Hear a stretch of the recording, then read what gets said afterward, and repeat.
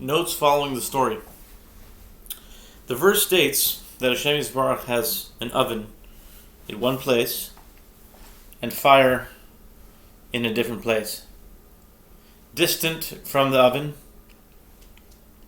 as it is written in Isaiah 31:19, says Hashem, whose fire is in Zion and his oven in Jerusalem. See there the entire chapter which speaks of this whole story. Woe to those who descend to Egypt for assistance and rely on horses.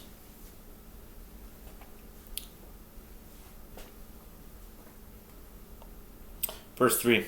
However, Egypt is man and not God, and their horses flesh and not spirit.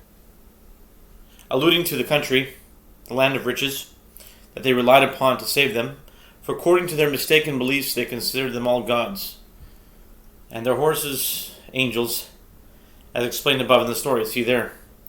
This is why the verse concludes, and Egypt is a man and not God, and their horses are flesh and not spirit. Understand this.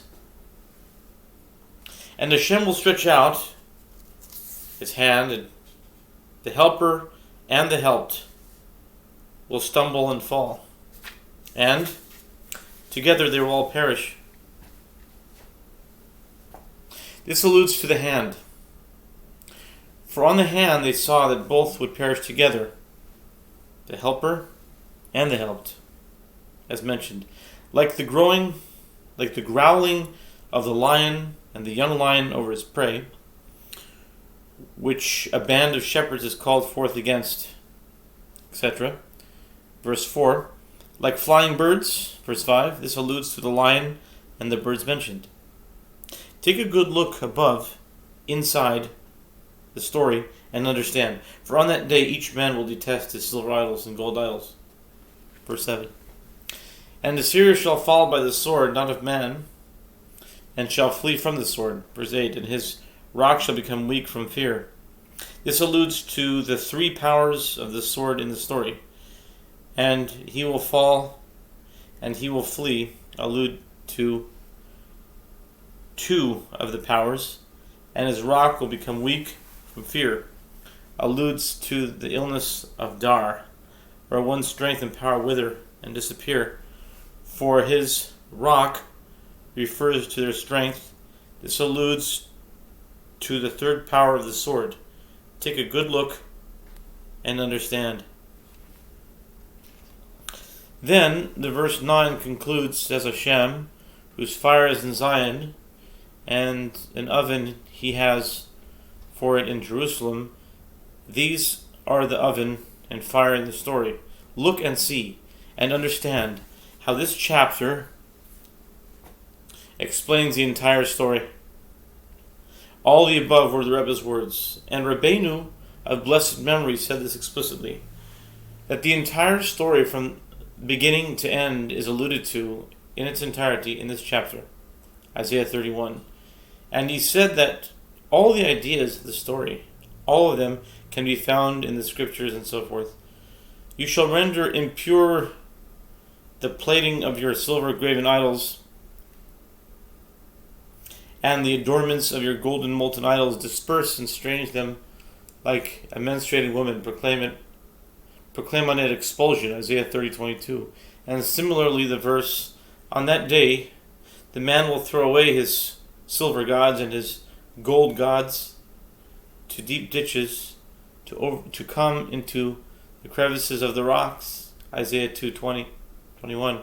That is, they will throw away the desire of money, which is actual idolatry, and they will hide themselves in ditches, as is explained in the story, because money stinks like actual excrement. As it is written, you will disperse and estrange them as a menstruating woman, proclaiming on it expulsion.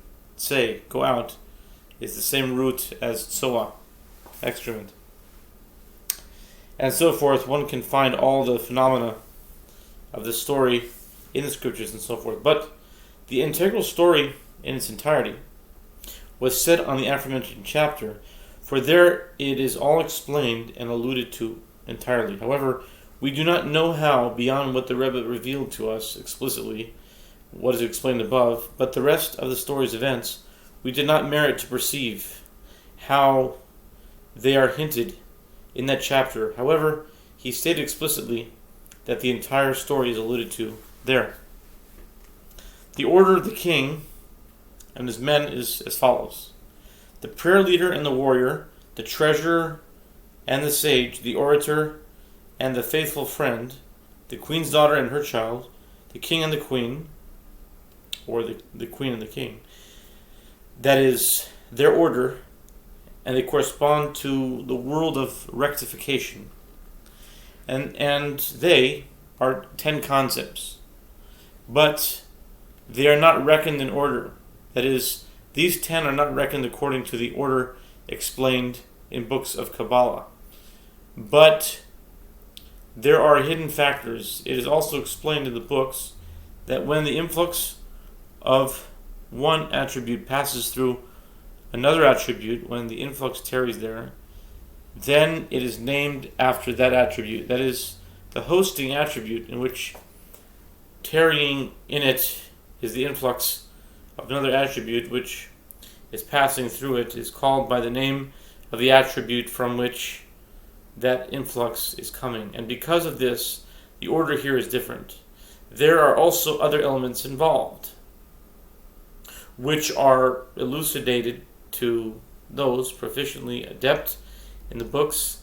The Rebbe of blessed memory said all this explicitly. I also understood from his words that the death and rectification of the kings, enumerated at the end of Parashat Vayishlach, referring to the destruction and reconstruction of the worlds which took place before the aforementioned world of rectification, are alluded to in this story.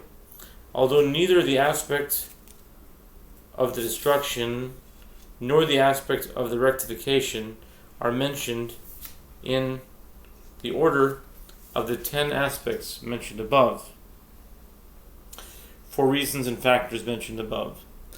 But the matters are still hidden and sealed, because the secret of the story he did not reveal at all. He only enlightened our eyes with the verses and ideas above, so that we should know that there are very great and awesome hidden secrets in the story, but we do not know the extent. Fortunate is one who merits to understand a bit of the secrets of these stories explained in this book, because they are all extremely wondrous and awesome novelties. Deep, who can find it out? Ecclesiastes 7:24. What shall we say? What shall we speak? Genesis 44:16. Who has heard such a thing? Who has seen such a thing? Yeshayahu 66:8.